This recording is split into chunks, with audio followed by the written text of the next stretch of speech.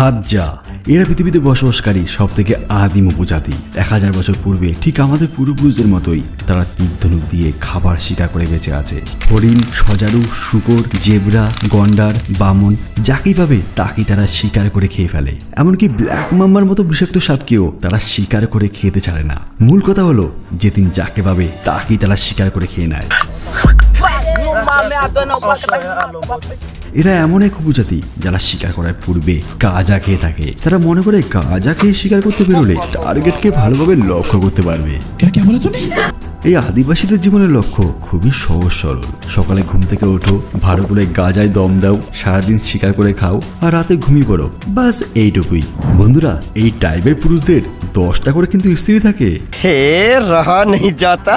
Hadza উপজাতি এরা টানজানিয়ার lake আয়াসির কাছে বসবাস করে। হাজ্জা জনগণ ঐতিহাসিকভাবে 20 থেকে 30 জন লোকের ক্যাম্পে বাস করে। এদের থাকার ঘরগুলি এরা সাধারণত কিছু গাছের লতা পাতা আর ঘাস দিয়ে তৈরি করে। এরা মেনলি তীর ধনুক দিয়ে শিকার করে। এরা ধনুকগুলিকে কমিফোরা গাছের কাঠ দিয়ে তৈরি করে আর এরা তীরে পয়জন লাগিয়ে রাখে যাতে শিকার খুব সহজেই মারা যেতে পারে। শিকার করার পূর্বে তাদের তীরগুলি ঠিক আছে কিনা একবার চেক করে নেয়। যেই তীরগুলি বাঁকা আছে সেগুলিকে আগুনের তাপ দিয়ে সোজা করে নেয়। এরা সবাই নিজের তীর নিজেরাই তৈরি করে। এদের প্রত্যেকে তীর চালাতে অনেক পারদর্শী। এরা সাধারণত ছোটখাটো গ্রুপে ডিভাইডেড হয়ে শিকার করে থাকে। এরা প্রাণীদের মুভমেন্ট, প্যাটার্ন আর তাদের বিহেভিয়ারকে খুব সহজেই বুঝতে পারে। এরা প্রাণীদের ফুটপ্রিন্ট আর মল দেখে অনেক মাইল দূর থেকেই শিকারের লোকেশনকে খুঁজে বের করে নিতে পারে। যখন তারা শিকারকে বধ করে তখন সময় নষ্ট না করে সঙ্গে সঙ্গে তাকেই আগুনে পুড়িয়ে খাওয়া শুরু করে দেয়। এরপর তারা কিছু মাংস তাদের বাকি মেম্বারদের শেয়ার করার জন্য ক্যাম্পে নিয়ে আসে। আসলে হাজ্জা আদিবাসীদের একটি স্ট্রং কালচার রয়েছে শিকারকে তাদের কমিউনিটিদের মধ্যে শেয়ার করা।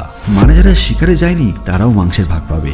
শিকার করা প্রাণীদের গোটা পাট কি তারা খেয়ে নেয়, এমনকি তারা নারী বুড়িকেও খেতে ছাড়ে না।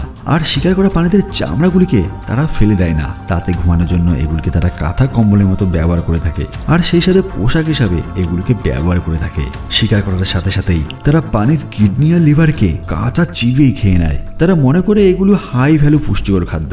যখন তারা বাবন কিংবা মহিষের মতো বড় প্রাণীকে শিকার করে তাকে রান্না করার জন্য গোটা গ্রুপ এক জায়গায় জমায়েত হয় আর সাকসেসফুল শিকারীকে গ্রুপের সবাই প্রশংসা করে থাকে। শুধু কেবল পুরুষেরাই শিকারের সন্ধানে বের হয় না, মহিলারাও শিকার করতে বের হয়। হাজাদের প্রধান খাদ্য হলো মাংস, কিন্তু বর্ষার সিজনে পানির শিকার করা তাদের কাছে বেশ কষ্টসাধ্যের। এই কারণে তারা এই সময়ে ফলমূল আর প্ল্যান্ট বেস খাবার খেয়ে থাকে। আর এই সময় পুরুষেরা ক্যাম্পে বিশ্রাম করে, মহিলারা খাবারের সন্ধানে বের হয়। হাজ্জা সম্প্রদায়ের মধ্যে সবথেকে ইন্টারেস্টিং ফ্যাক্ট হলো এই টাইপের একজন পুরুষ 10 জন স্ত্রী রাখতে পারে। অনেকগুলো স্ত্রী থাকার অর্থ এই নয় যে পুরুষটি অনেক শক্তিশালী কিংবা তার অনেক সম্পদ রয়েছে। আসলে অনেকগুলো স্ত্রীর অর্থ হলো জীবনকে আরো সহজ সরল রাখা আর টিম ওয়ার্ক হিসাবে কাজ করা। অনেকগুলো স্ত্রী রাখার অর্থ কেবল চয়েস নয়, বরং এটা তাদের প্রয়োজনীয়তা। প্রত্যেক স্ত্রী ভিন্ন ভিন্ন কাজে নিযুক্ত থাকে। কেউ খাবার সংগ্রহ করে থাকে, কেউ ছেলে মানুষ করে থাকে, আবার কমিউনিটিকে দেখভাল করার জন্য প্রত্যেক স্ত্রী গুরুত্বপূর্ণ ভূমিকা পালন করে থাকে। তবে হাজ্জা টাইপের যারা খুব দক্ষ শিকারী হয়ে থাকে তারাই অনেকগুলো স্ত্রী রাখার সুযোগ পেয়ে থাকে। এই ট্রাইবে একজন দক্ষ শিকারীকে লিডার হিসেবে গণ্য করা হয়। হাজ্জাদের মধু সংগ্রহ করার পদ্ধতি আরও আশ্চর্যজনক। এরা মৌচাক খোঁজার জন্য হানিগাইট নামক এই ধরনের ছোট পাখির সাহায্য নিয়ে থাকে। এই পাখিগুলো মৌচাকের কাছে গিয়ে শীষ বাজিয়ে সিগন্যাল দিয়ে থাকে আর এতে করে তারা গাছে কান লাগিয়ে সহজেই বুঝে যায় যে কোন গাছে মধু রয়েছে। যখন নিশ্চিত হয় যে এখানে মৌচাক রয়েছে তখন একজন আগুন জ্বালানো শুরু করে আর অন্যজন গাছ কাটার দিকে লেগে পড়ে। এরপর তারা হাতে করে চাক বের করে আর মধু আর মোম দুটুকুই একসাথে খেয়ে নেয়। হাজ্জা উপজাতিরা খুবই সিম্পল ধরনের জীবনযাপন করে, কিন্তু এরা যেই অঞ্চলে বাস করে সেখানে পরিবেশ অনেক কঠিন। বেশিরভাগ সময় এই জায়গাটি শুষ্ক হয়ে থাকে। মাঝে মধ্যে এই অঞ্চলে খরা দেখা যায় আর নদীর জল শুকিয়ে যায়, ফলে তাদের পান করার জল সংগ্রহ করার জন্য খুবই সমস্যা হয়। এই সময় তাদের মাটি খুঁড়তে হয় পান করার জল সংগ্রহ করার জন্য। আর শিকারের সন্ধানের জন্য প্রতিদিন তাদের অনেক দূর পর্যন্ত ট্রাভেল করতে হয়, ফলে রাস্তা তাদের অনেক ডেঞ্জারাস প্রাণীদের সঙ্গে লড়াই করে সার্ভাইভ করতে হয়।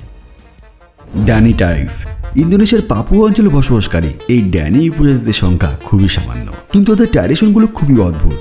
যখন এদের ফ্যামিলির কোনো মেম্বার মারা যায় তারা দুঃখ প্রকাশ করার জন্য কান্নাকাটি করে না, এর পরিবর্তে তারা হাতের একটা আঙুল কেটে ফেলে। বন্ধুরা, আরে কেনা কে চাতে হো?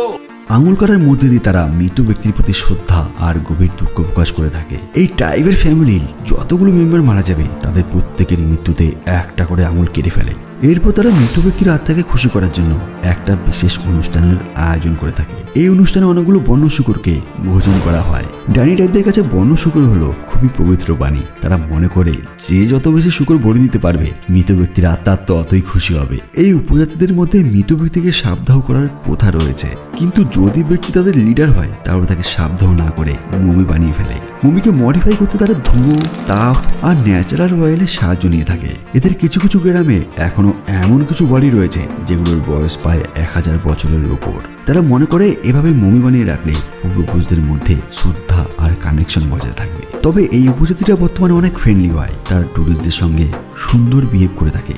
কিন্তু পূর্বে তারা নরখাদক ছিল।